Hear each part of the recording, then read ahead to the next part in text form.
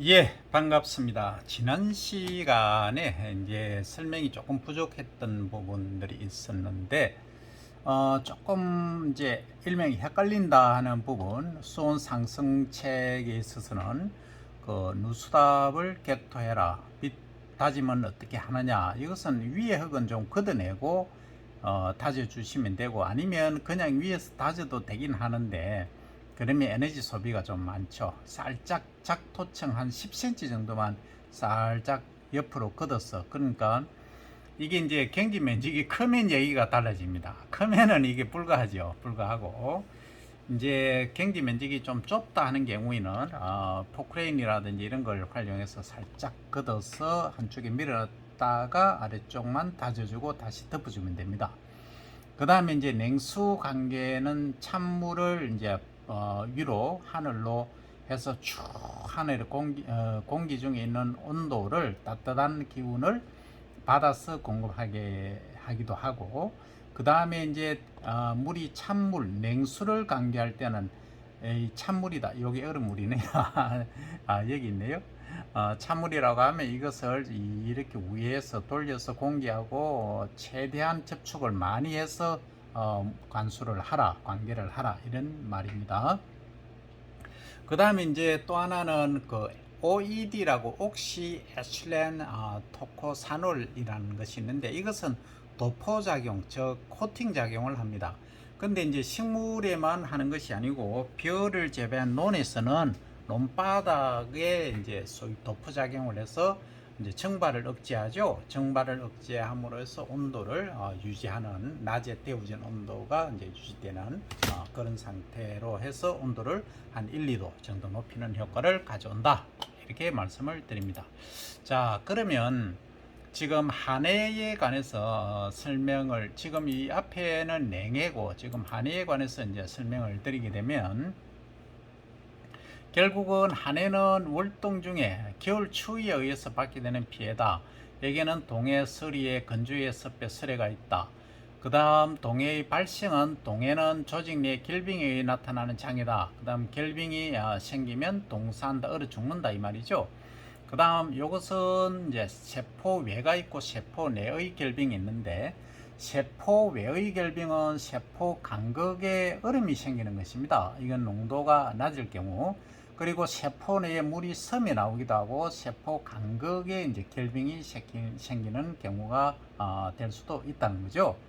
그러니까 세포 바깥쪽에 이렇게 결빙이 생기면 나중에는 이런 물이 흐늘흐늘 섬에져 나오고 하다 보면 세포 간극 안쪽까지도 결빙이 생길 수 있다.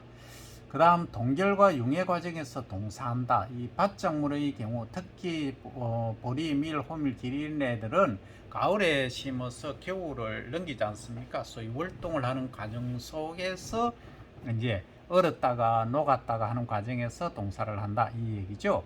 또 이제 이렇게 해서 조직적으로 세포가 아닌 또 기계적인 게 있습니다. 예를 들어서 보리밀을 심어 놨는데, 요걸 보리밀이라고 좀 큰 걸 할까요? 요게 이제 보리밀이라고 하면 식물체 윗부분이 이렇게 어느 정도 한 4, 5엽기 자란 상태에서 활동을 하기 때문에 갑자기 이제 비가 왔다, 뭐 서리가 왔다 해서 이렇게 추워져서 얼어버렸어요. 온도가 낮아서 얼어버리니까 이렇게 이제 얼면은 물은 부피가 10% 늘어나지 않습니까? 그러니까 위로 빙 또 올라오는 거죠. 이렇게 뿌리가 뽑혀버리죠. 흙하고 같이 올라옵니다, 땅 위로. 그러다 보니까 이제 따뜻한 햇빛이 나면 녹아버리죠. 녹으니까 어떻습니까? 흙은 이렇게 내려가는데 들려 올려온 뿌리는 못 내려가죠. 그래서 전체적으로 동사하는 경우가 생긴다. 그래서 과거에는 이 롤러 같은 것 또는 아니면 쭉 우리 어릴 때는 학생들이 쭉 서서 일렬로 서서 보리를 밟아주는 일을 했습니다. 언제 하느냐? 이제 이른 봄에 하기도, 이른 봄이란다. 그 1월달 또는 2월달에 하기도 하고, 가을에 12월, 가을이 아니고 초겨울이죠. 11월달이나 12월달에 또 밟아주기도 하는 이런 일들을 하곤 했습니다. 자, 그러면 실제 세포 내의 결빙은 그럼 어떻게 일어나느냐? 세포 내의 원행질, 그러니까 세포가 있으면 안쪽에 원행질, 세포질이라고 하지 않습니까? 이것이 세포액이 이제 결빙이 되면 세포 외 결빙이 이제 생겼을 때 이렇게 같이 수반되는 경우를 말하죠. 조금 전에 설명드린 대로. 그 다음 원행질 콜로이드 구조에 기계적 상해를 가해서 원행질 탈수 현상이 일어납니다. 사람도 땀을 너무 많이 흘리면 탈수가 일어나듯이 여기서 탈수 현상이 일어나는 거죠. 기계적 상해니까 좀 어떻게 보면 물이 줄줄 새는 경우죠. 땀 흘리는 경우하고는 좀 얘기가 다를 수 있습니다. 그죠?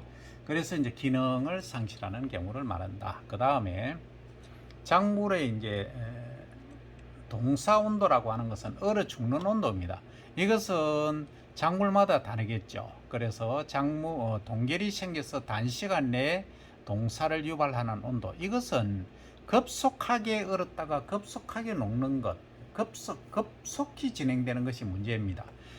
천천히 진행되면 사실은 큰 문제가 있기는 합니다만 어느 정도 식물이 대응을 하는데 급하게 얼어버리면 대응을 못하기 때문에 그러하다 하는 말씀이고, 시간 단축을 위해서 빨리 갑니다. 자, 이 첫 번째 이제 고쩌라고 되어 있는 것은 고추, 고구마, 감자, 그 다음에 뽕나무, 그 다음에 포도나무 잎, 이런 애들은 마이너스 0.7도에서 마이너스 1.8도 85도씨에서 이게 2첨자가 되어야 됩니다.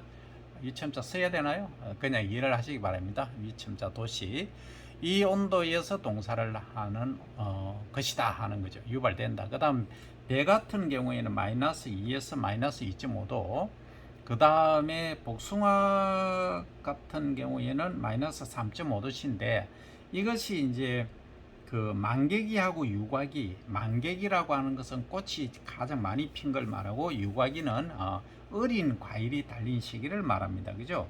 그래서 복숭아, 배나무 같은 경우는 마이너스 2도씨에서 써야 됩니까? 마이너스 2.5도씨, 요 상태에서 문제가 발생하고, 그 다음에 이제 복숭아는 만개기는 마이너스 3.5도입니다. 그리고 넘어가죠. 그리고 이제 그 유과기 어린 과일 때는 마이너스 3도씨만 돼도 스트레스를 동사를 받는다는 거죠. 동사가 된다는 거죠. 그러면 요것은 꽃이 많이 피었을 때는 0.5도 더 견디고, 그리고 이제 어린 과일이 달릴 때는 마이너스 3도 이하가 되면은 이 동사가 되기 때문에 어린 열매가 달렸을 때가 더 위험하다, 이렇게 말씀드릴 수가 있습니다. 자, 그 다음 감나무 같은 경우에는 감을 또 쓸까요? 써야 되니까. 쓰는 걸 좋아하지 않습니까? 감나무 갑니다. 감나무 같은 경우에는 맹학이 어린 그 새싹이 나오는 시기, 이것도 마이너스 2.5에서 마이너스 3도씨입니다. 마이너스 2.5에서 그리고 마이너스 3도씨 에서 동사를 합니다. 그 다음에 이제 포도나무 같은 경우에 다섯 번째 포도로 한번 가볼까요? 포도나무 같은 경우에는 이제 맹아, 그러니까 이제 그 새싹이 나는 줄기, 가지에서 새싹이 나는 데서 첫 번째 이제 초기에 잎이 나오는 기를 전엽기라고 합니다. 그것을 마이너스 3.5에서 마이너스 4도씨, 여기서 이제 동사가 된다. 이거 좀 없애버려야 되겠다. 너무 어려움이 많네요. 자, 그 다음에 포도나무 했죠, 그죠? 포도나무 했고, 그 다음에 이제 감귤이 있습니다. 감귤, 여기서 다음 넘어가 볼게요. 감귤은 주로 이제 제주도 서귀포 쪽에서 많이 재배를 합니다만, 이것은 마이너스 7도에서 띄우고 마이너스 8도 시에서 3, 4시간, 서너 시간 이렇게 얘기하죠. 3, 4시간만 있어도 스트레스를 동사를 받는다는 거죠.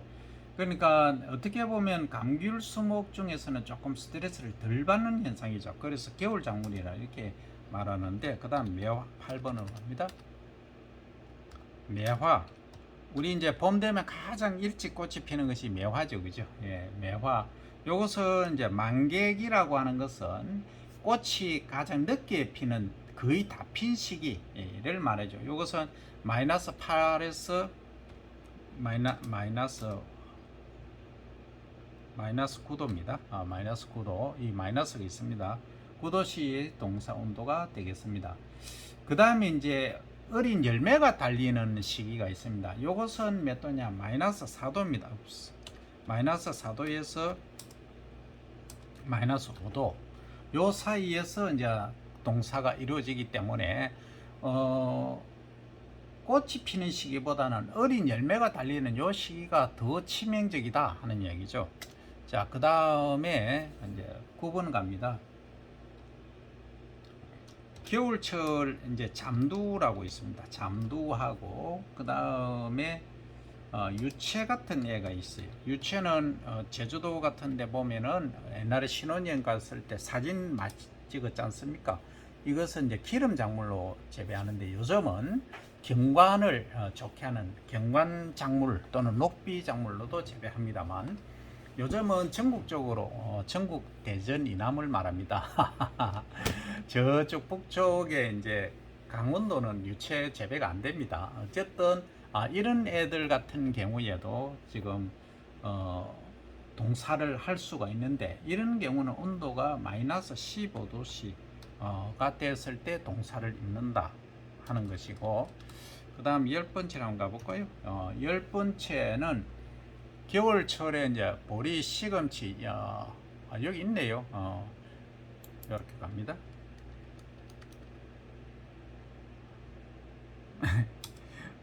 자, 보리, 시금치 이런 애들, 밀 이런 애들은 마이너스 17도입니다. 이건 14도가 앞에 있었던 건데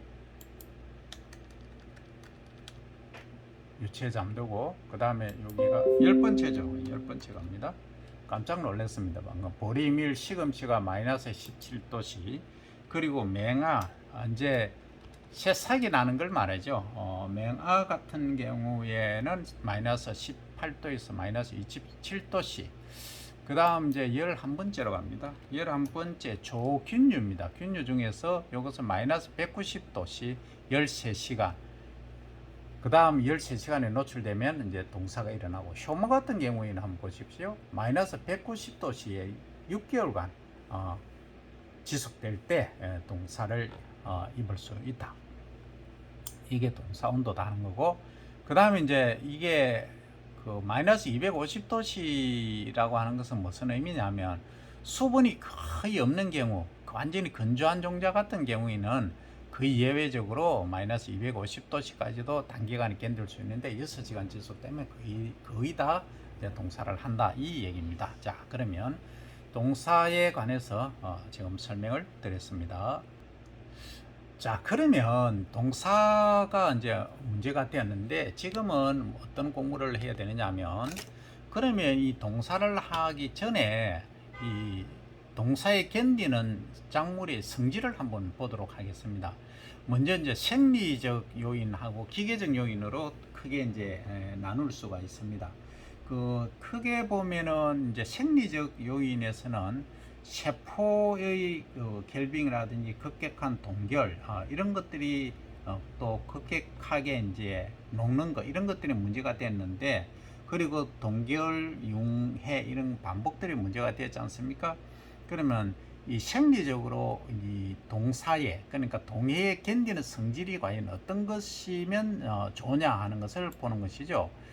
첫째는 운행질의 경우에 수분 투과가 잘 되면, 투과성이 크면 세포 내 결빙이 이제 줄어들지 않습니까? 그렇게 해서 내동성이 증대되고, 그 다음 두 번째는 원행질, 단백질의 특성에 있는데, 원행질이라고 하는 것은 이 세포 내에 있는 세포질을 말합니다. 여기에 있는 단백질들 중에서 SH기가 많은 것이 SS기가 많은 것보다 기계적 견인력을 받을 때 분리가 쉽습니다.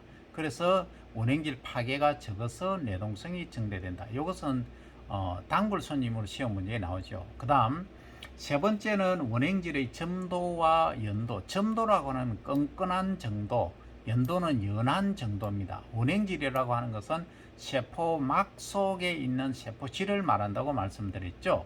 그러면 점도가 당연히 원행질이 점도가 낮고 연도가 높은 것, 연도는 높아야 되죠. 연한 정도는 높은 것이 기계적 견인형을 잘 받겠죠, 그죠? 그래서 내동성이 크다 하는 이야기입니다. 이거 꼭 써야 되나요?